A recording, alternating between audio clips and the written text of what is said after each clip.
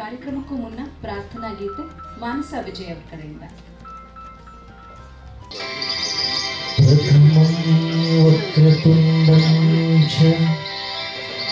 ಏಕದಂತಂ ಗಜವಕ್ತ್ರಂ ಚತುರ್ಧಕಂ ವಿಕಟಮೇವ ಚ ನವಮಂ ಬಾಲಚಂದ್ರಂ ಚ ಏಕಾದಶಂ ತಾನಿ ನಮಾಮಿ ತ್ರಿಸಂಧ್ಯಯ ಪಠೇ.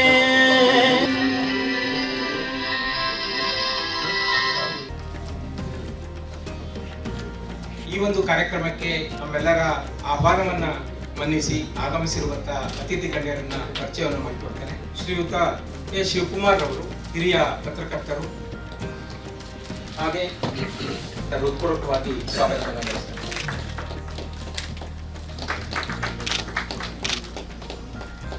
ಕೂಡ ಈ ಸಂದರ್ಭದಲ್ಲಿ ಸ್ವಾಗತವನ್ನು ಕೊಡ್ತಾರೆ. ಹಾಗೆ ನಮ್ಮೆಲ್ಲರಿಗೂ ಮತ್ತೊಮ್ಮೆ ಸ್ವಾಗತವನ್ನ ಕೋರ್ತಾ ಚಾಲನೆಯನ್ನ ನೀಡಬೇಕು ಅಂತ ಗಣ್ಯರಲ್ಲಿ ನಾನು ಮನವಿಯನ್ನ ಮಾಡಿಕೊಡ್ತೇನೆ. ಹತ್ರ ಬನ್ನಿ ಸ್ವಾಮಿ, ಕಡೆ ನಮ್ಮ ಕಡೆ ಸ್ವಾಮಿ.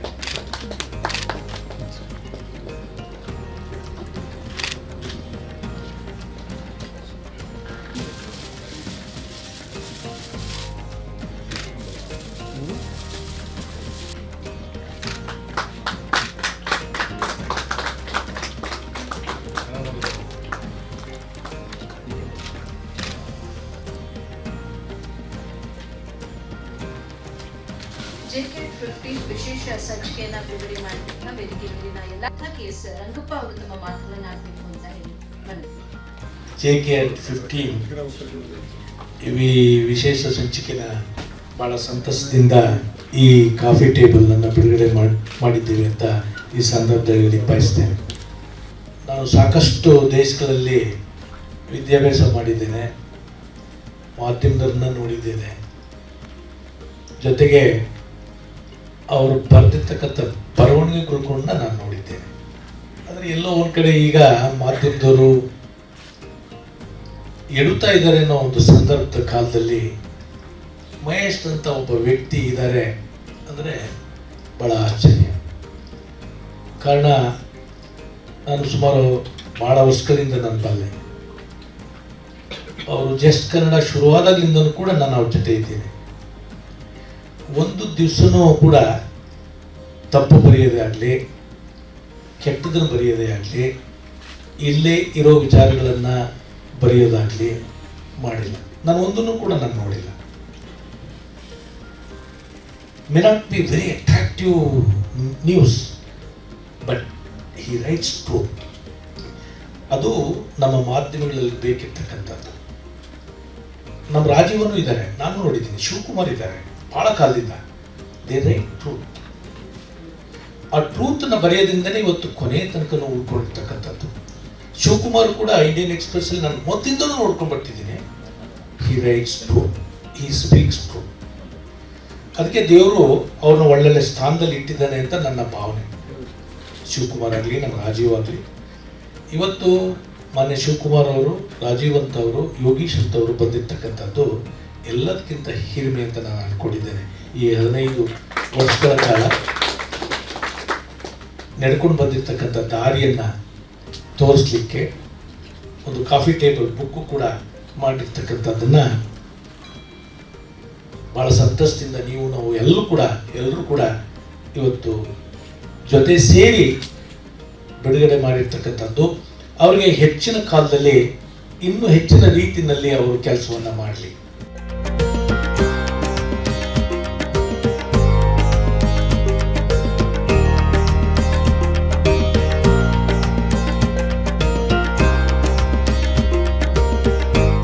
ಕಾರ್ಯಕ್ರಮದ ಮೈನ್ ಕೇಂದ್ರ ಬಿಂದು ಮಹೇಶ್, ಇವರಿಗೆಲ್ಲರಿಗೂ ನಮಸ್ಕರಿಸುತ್ತಾ, ಎಲ್ಲರಿಗೂ ಆಶ್ಚರ್ಯ, ಡಾಕ್ಟ್ರಿಗೂ ಪತ್ರಕರ್ತರಿಗೂ ಏನು ಸಂಬಂಧ ಅಂತ. ಅದು ಮಹೇಶ್ಗೆ, ನನಗೆ, ರಾಜೀವ್ಗೆ, ಭಾಸ್ಕರ್ಗೆ ಚೆನ್ನಾಗಿ ಗೊತ್ತು. ಮೊದಲ ದಿನಗಳಿಂದ ಪತ್ರಕರ್ತರ ಸವಾಲುಗಳು ಏನು, ನಾವು ಪತ್ರಕರ್ತರ ಸವಾಲುಗಳು ಏನಿದೆ, ಪತ್ರಿಕಾ ರಂಗದ ಸಮಸ್ಯೆಗಳ ಬಗ್ಗೆ ನಾನು ಈಗ ಮಹೇಶ್ಗೆ, ಕೆಲವ್ರಿಗೆ, ಮಹೇಶಿಗೆ ಜಸ್ಟ್ ಕನ್ನಡ ಎಡಿಟರ್, ನಾನು ಅವ್ರಿಗೆ ಹೆಲ್ತ್ ಎಡಿಟರ್ ಅಷ್ಟೇ.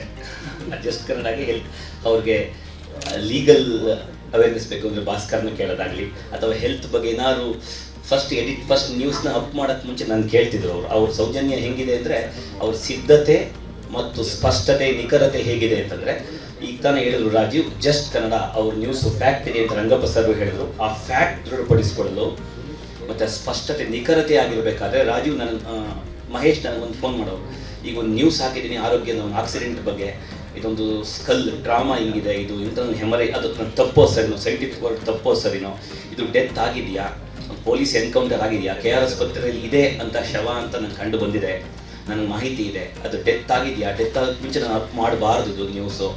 ಎಲ್ಲರಿಗಿಂತ ಮುಂಚೆ ನ್ಯೂಸ್ನ ಅಪ್ ಮಾಡೋ ಹಪಾಹಪಿ ನನಗಿದ್ರೂ ಕೂಡ, ಆ ನ್ಯೂಸ್ ಅಂದರೆ ಫಸ್ಟ್ ಬ್ರೇಕಿಂಗ್ ನ್ಯೂಸ್ ಇದ್ರೂ ಕೂಡ ಸತ್ಯ ಇರಬೇಕು, ಸ್ಪಷ್ಟತೆ ಇರಬೇಕು ಅನ್ನೋ ಆ ತಿಳುವಳಿಕೆ ಇತ್ತು ಮಹೇಶ್ಗೆ. ಹಾಗಾಗಿ ನಾನು ಹತ್ತಿರ ಆದೆ. ನಾನು 2006ರಲ್ಲಿ ಕುಂದೂರು ಉಮೇಶ್ ಭಟ್ಟ, ರಾಜೀವ ಇವರೆಲ್ಲ ಈ ಬೈ ಎಲೆಕ್ಷನ್ ಸಿದ್ದರಾಮಯ್ಯ ಡಾಕ್ಟರ್ ಆದಾಗ ಸಿದ್ದರಾಮಯ್ಯನವರ ಬಹು ಪ್ರಖ್ಯಾತ ಬೈ ಎಲೆಕ್ಷನ್ ಏನಾಯಿತು, 253 ಓಟ್ನಲ್ಲಿ ಗೆದ್ದರು. ಆ ಎಲೆಕ್ಷನ್ ನನ್ನ ಪರಿಚಯ ಆದ ಗೆಳೆಯ ಅವ್ರಿಗೆ. ಬಟ್ ಅದಕ್ಕೆ ಆವಾಗ ಗೊತ್ತಾಯಿತು ನಾವೆಲ್ಲ ಒಂದೇ ಕಾಡಿನವರು, ನಾನು ಓದಿದ್ದು ಮಹದೇಶ್ವರ ಬೆಟ್ಟ, ಅವ್ರು ಓದಿದ್ದು ಕೊಳ್ಳೇಗಾಲ ಅಂತ. ಹಾಗಾಗಿ ಇನ್ನೂ ಹತ್ತಿರ ಆಗಿ ಈ ಥರ ನ್ಯೂಸ್ ನಮ್ಮ ಆರೋಗ್ಯಕ್ಕೆ ಸಂಬಂಧಪಟ್ಟಂಗೆ ಸಾಕಷ್ಟು ನ್ಯೂಸ್ಗಳಲ್ಲಿ ನನ್ನ ಸೇವೆಯನ್ನು ಅವ್ರು ಪಡ್ಕೊಂಡಿರ್ತಾರೆ. ಹಾಗಾಗಿ ನನ್ನ ಕರೆದಿರ್ಬೋದು.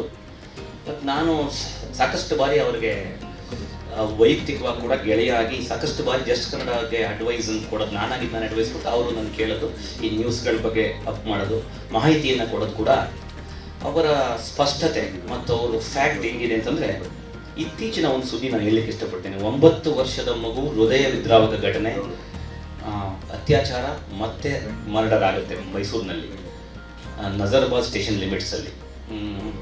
ನಾನು ಅವತ್ತು ಅವ್ರ ಡ್ಯೂಟಿಲಿರ್ತೇನೆ, ನನ್ನ ಡೆಡ್ ಬಾಡಿ ನೋಡ್ತಾ ಇರ್ತೇನೆ. ನಾನು ಬಹಳ ಮಾತನಾಡಲಿಕ್ಕೆ ಶಬ್ದಗಳೇ ಇಲ್ಲ, ಆ ಥರ ಹೃದಯ ವಿದ್ರಾವಕ ಸ್ಥಿತಿ ಅದು. ಸುಮಾರು 15ಕ್ಕಿಂತ ಹೆಚ್ಚು ಬಾರಿ ಚೂರಿ ಇರ್ತಾ, ಮಗುವಿನ ಮರ್ಮಾಂಗಕ್ಕೂ ಚೂರಿ ಇರ್ತಾ ಆಗಿರುತ್ತೆ.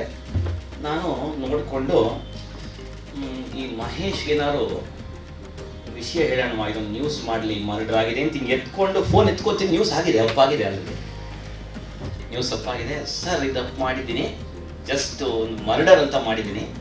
ನಾನು ಫೋನ್ ಮಾಡಿದೆ, ಇದು ಮರ್ಡರ್ ಅಂತ ಮಾಡಿದ್ದೀನಿ, but I have A clue, ಅದು ರೇಪ್ ಅಂತ ಕ್ಲೂ ಇದೆ ನನಗೆ. ಆ ವಿಷಯ ಹೇಳ್ಬೋದಲ್ವ? ರೇಪ್ ಅಂತ ಕ್ಲೂ ಇದೆ ನನಗೆ, ನೀವು ಕನ್ಫರ್ಮ್ ಮಾಡಬೇಕು ಡಾಕ್ಟ್ರೆ, ಆದರೆ ನನಗೆ ಗೊತ್ತಿದೆ. So that was the fact of just Kannada. That was the fact. ಅದರಲ್ಲಿ ಸಾಮಾಜಿಕ ಬದ್ಧತೆ ಇತ್ತು, ಪ್ರಬುದ್ಧತೆ ಇತ್ತು, ಸಮಾಜಮುಖಿ ಚಿಂತನೆ ಇತ್ತು. ಸೋಷಿಯಲ್ ಮೀಡಿಯಾ ಸ್ಪರ್ಧೆಗಳ ನಡುವೆ ನೀವು ಗೆದ್ದಿದ್ದೀರಿ. ಸೋಷಿಯಲ್ ಮೀಡಿಯಾ ಇತ್ತೀಚೆಗೆ ನಾವು ಯೂಟ್ಯೂಬ್ ಚಾನಲ್ಗಳು, ರಾಜೀವ್ 5 ವರ್ಷಗಳ ನಡುವೆ ಯೂಟ್ಯೂಬ್ ಚಾನಲ್ ಹಪಾಹಪಿ, ಯೂಟ್ಯೂಬ್ ಚಾನಲ್ನ ಭೇದಿ ನೋಡ್ತಾ ಇದ್ದೀವಿ ನಾವು. ಆದರೆ ಅದಕ್ಕಿಂತ ಮುಂಚೆನೆ ಜಸ್ಟ್ ಕನ್ನಡ ಬಂತು. ಜಸ್ಟ್ ಕನ್ನಡ ಒಂದು ಸೆನ್ಸೇಷನ್, ಜಸ್ಟ್ ಕನ್ನಡ ಒಂದು ನಕ್ಷತ್ರ. ಮೈಸೂರಿನ ಪತ್ರಿಕಾ ರಂಗದಲ್ಲಿ ಇದೊಂದು ಬಹಳ ಹೆಗ್ಗುರುತು ಅಂತ ನಾನಾದರೂ ಹೇಳಲಿಕ್ಕೆ ಇಷ್ಟಪಡ್ತೇನೆ. ಸತ್ಯದ ಹುಡುಕಾಟ, ಆಂತರಿಕ ಗೊಂದಲ, ಸಮಾಜದ ಹಿತಚಿಂತನೆ, ಭಯ ಮತ್ತು ಸವಾಲುಗಳು, ಒತ್ತಡ, ಉದ್ಯೋಗ ಭದ್ರತೆ, ಈ ಎಲ್ಲದನ್ನು ಎದುರಿಸಿ ಕೊಳ್ಳೇಗಾಲ ಮಹೇಶ 15ನೇ ವರ್ಷ ಜಸ್ಟ್ ಕನ್ನಡ ಸಂಭ್ರಮದಲ್ಲಿ ಭಾಗವಹಿಸಿದ್ದಾರೆ. ನಾನು ಕೆಲವು ಸಣ್ಣ ಪುಟ್ಟ ಅರಿವು ಸೇವೆಗಳನ್ನ ನಾವು ಸಲ್ಲಿಸಿದ್ದೇನೆ, ಅದಕ್ಕೆ ನಾನು ಕರೆದಿದ್ದಾರೆ ಅನ್ಕೋತೇನೆ. ಈ ಎಲ್ಲ ಹಿರಿಯರ ನಡುವೆ ನಾನು ಕರೆದಿರದೆ ನನ್ನ ಹಿರಿಮೆ. ಸೊ ನಾನು ಧನ್ಯ, ಜಸ್ಟ್ ಕನ್ನಡದಲ್ಲಿ ಭಾಗವಹಿಸಿ ನಾನು ಧನ್ಯ. ಈ ಇನ್ನೂ 50 ವರ್ಷ ಆಗಲಿ, 100 ವರ್ಷ ಜಸ್ಟ್ ಕನ್ನಡದಾಗಲಿ, ನಮ್ಮೆಲ್ಲರ ಸಹಕಾರ ಹೀಗೆ ಇರುತ್ತೆ ಮಹೇಶ್. ಮತ್ತೆ ಇನ್ನು ಒಳ್ಳೆಯದಾಗಲಿ. ಎಲ್ಲ ಬಂದಿರೋ ಹಿರಿಯರಿಗೆ ವಂದನೆ ಅರ್ಪಿಸಿ ನನ್ನ 2 ಮಾತನ್ನ ಮುಗಿಸ್ತಾ ಇದ್ದೇನೆ. ಜೈ.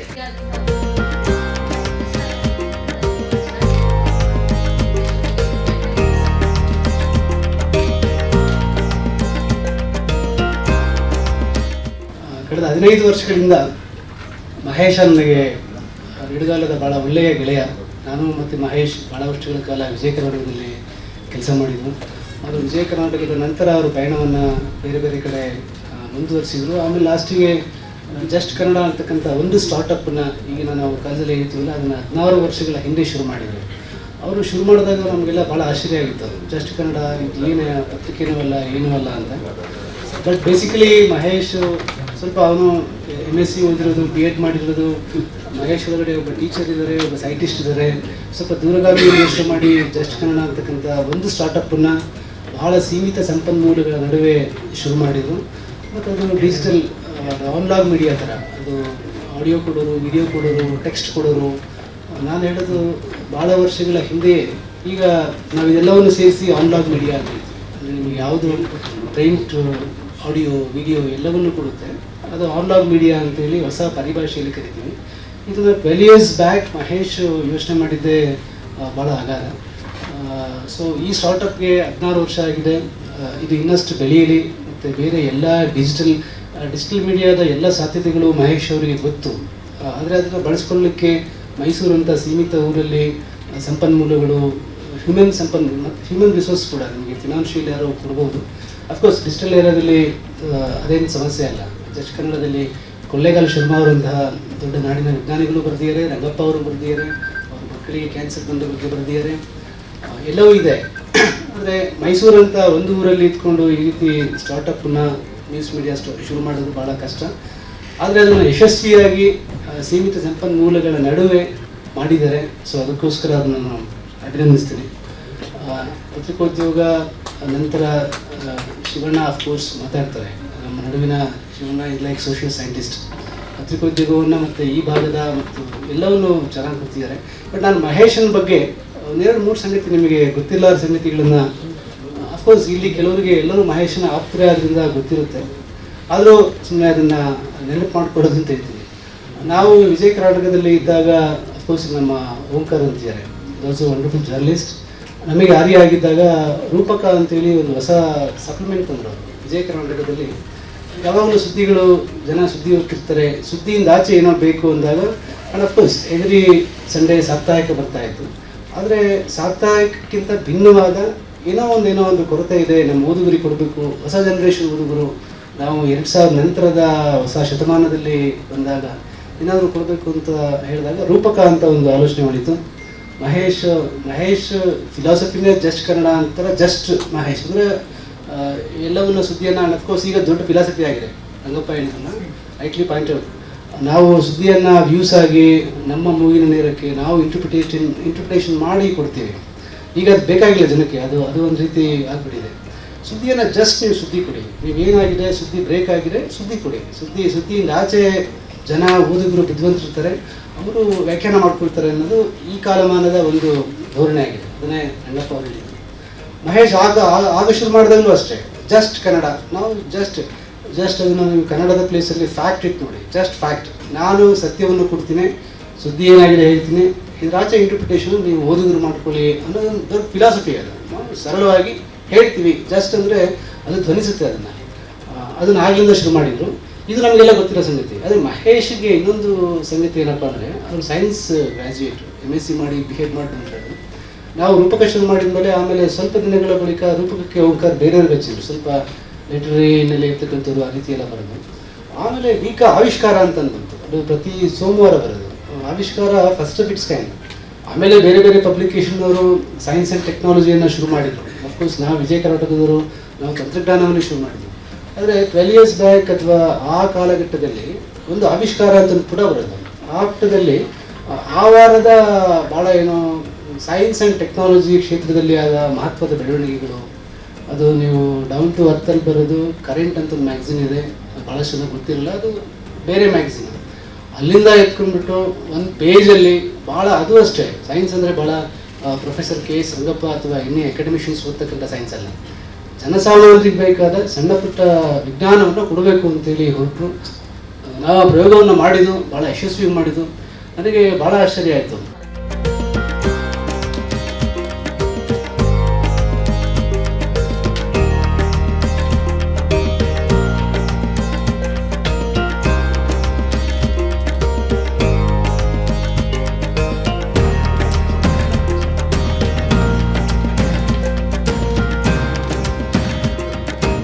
ನಂಬೋದಿಲ್ಲ, ಇಂಡಿಯಾದಲ್ಲಿ ಯಾರಾದ್ರೂ ಕ್ರೈಮ್ ರಿಪೋರ್ಟರ್ ಒಬ್ಬರು ಎಡಿಟರ್ ಒಬ್ಬ ಸಂಸ್ಥೆ ನಡೆಸ್ತಾರೆ. ಅದು ಈ ಕ್ರೈಮ್ ರಿಪೋರ್ಟರ್ಸ್ ಎಡಿಟರ್ ಆಗಿದ್ದು ನಾನು ಕೇಳಿರೋದಿಲ್ಲ. ಅಫ್ಕೋರ್ಸ್ ಅವ್ರಿಗೆ ಎಲ್ಲಾ ತರದ ನಾಲೆಡ್ಜ್ ಆಗ ಏನ್ ಮಾಡ್ಕೊಂಡಿದ್ರು, ಅದ್ರಲ್ಲಿ ಎರಡನೇ ಮಾತಿಲ್ಲ. ಬಟ್ ನಾನು ಹೇಳೋದೇನಂದ್ರೆ, ಈ ಮೈಸೂರಿಂದಾನೇ ಸ್ಟಾರ್ಟ್ ಆಗಿರೋದಕ್ಕೆ ಜಸ್ಟ್ ಕನ್ನಡಗೆ ಒಂದು ಆಡೆಡ್ ಅಡ್ವಾಂಟೇಜ್ ಏನಂದ್ರೆ credibility. Mysuru media is known for its credibility. That is help lot Mahesh. ಹಂಗಾಗಿ ಈ ಥರದ್ದೆಲ್ಲ ಕೃಷ್ಣ ಪ್ರಸಾದ್ ಈ ಥರ I can take too many names from T S. Satyan to everyone. ಹಂಗಾಗಿ ಇದನ್ನ ಮಾಡಲಿ. ಮಹೇಶ್ ಏನು ಅನ್ಕೊಂಡ್ರೂ ಪರವಾಗಿಲ್ಲ, ಎಲ್ಲ ಥರ ಸಹಕಾರ ನಾವು ಕೊಡ್ತೀವಿ. ಸಾಧ್ಯ ಇದ್ರೆ ನಾವು ಇಂಗ್ಲೀಷಲ್ಲಿ ಬರ್ಕೊಡ್ತೀವಿ, ನಮಗೆ ತಿಳಿದಿರೋ ಇಂಗ್ಲೀಷಲ್ಲಿ. ಹಂಗಾಗಿ ಅದನ್ನು ಮಾಡಲಿ ಅಂತ ಅಂದ್ಬಿಟ್ಟು ಹೇಳಿ ನಾನು ಆಶಿಸಿ ನನ್ನ ಮಾತು ಮುಗಿಸ್ತೀನಿ.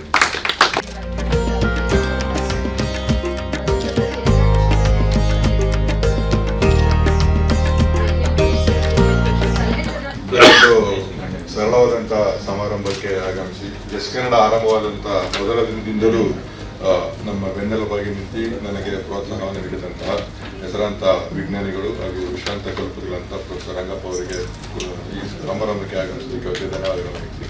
ಹಾಗೆ ಗೆಳೆಯ ಹಾಗೂ ವಿಧಾನ ಪರಿಷತ್ಗೆ ತಗೊಂಡಿರುವಂಥ ಕೆ ಶಿವಕುಮಾರ್ ಅವರು ಯಾವುದೇ ಸಂದರ್ಭದಲ್ಲೂ ಸ್ವಲ್ಪ ಅವ್ರು ಮಾತಾಡೋದು ಸಿಂಗ್ಯುಲರ್ಲು ಮಾತಾಡಿದ್ರು. ಒಂದ್ಸಲ ಸಭೆಯಲ್ಲಿದ್ದಾಗ ಸ್ವಲ್ಪ ಬಹುವಚನದಲ್ಲಿ ಮಾತಾಡಿದ್ದಾರೆ, ಇಲ್ಲಾಂದ್ರೆ ಬೇರೆ ಥರನೇ ಮಾತಾಡ್ತಾರೆ.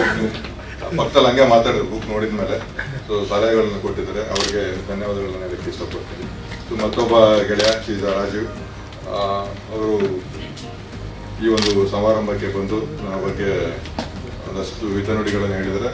ಕೆಲವೊಂದನ್ನು ಸ್ವಲ್ಪ ಅವರು ವೆರಿಫೈ ಮಾಡಿ ಹೇಳಿದ್ದಾರೆ, ಹಾಗಾಗಿ ಅವ್ರಿಗೂ ಧನ್ಯವಾದಗಳನ್ನು ಹೇಳಕ್ಕೆ ಇಷ್ಟಪಡ್ತೀನಿ. ಮತ್ತು ಡಾಕ್ಟರ್ ಯೋಗೀಶ್ ಅವರು ನಮ್ಮ ಎಲ್ಲ ರಹಸ್ಯಗಳನ್ನು ಇಲ್ಲಿ ಬಹಿರಂಗಪಡಿಸಿದ್ದಾರೆ. ಅವ್ರಿಗೂ ಸಮಾರಂಭಕ್ಕೆ ಆಗಲಿಕ್ಕೆ ಧನ್ಯವಾದಗಳಿಗೆ ಇಷ್ಟಪಡ್ತೀನಿ. ಹಾಗೂ ಹಿರಿಯರು ಹಾಗೂ ಗೆಳೆಯರು ಎಲ್ಲರೂ ಸಮಾರಂಭಕ್ಕೆ ಬಂದಿದ್ದಾರೆ. ನಿಮ್ಮೆಲ್ಲರಿಗೂ ಪೂರ್ವಕ ಧನ್ಯವಾದಗಳು. ಇದ್ರೆ ಬಾ, ನೀವು ಇದ್ರೆ ಬಾ. ಅಲ್ಲೇ ಇರಿ.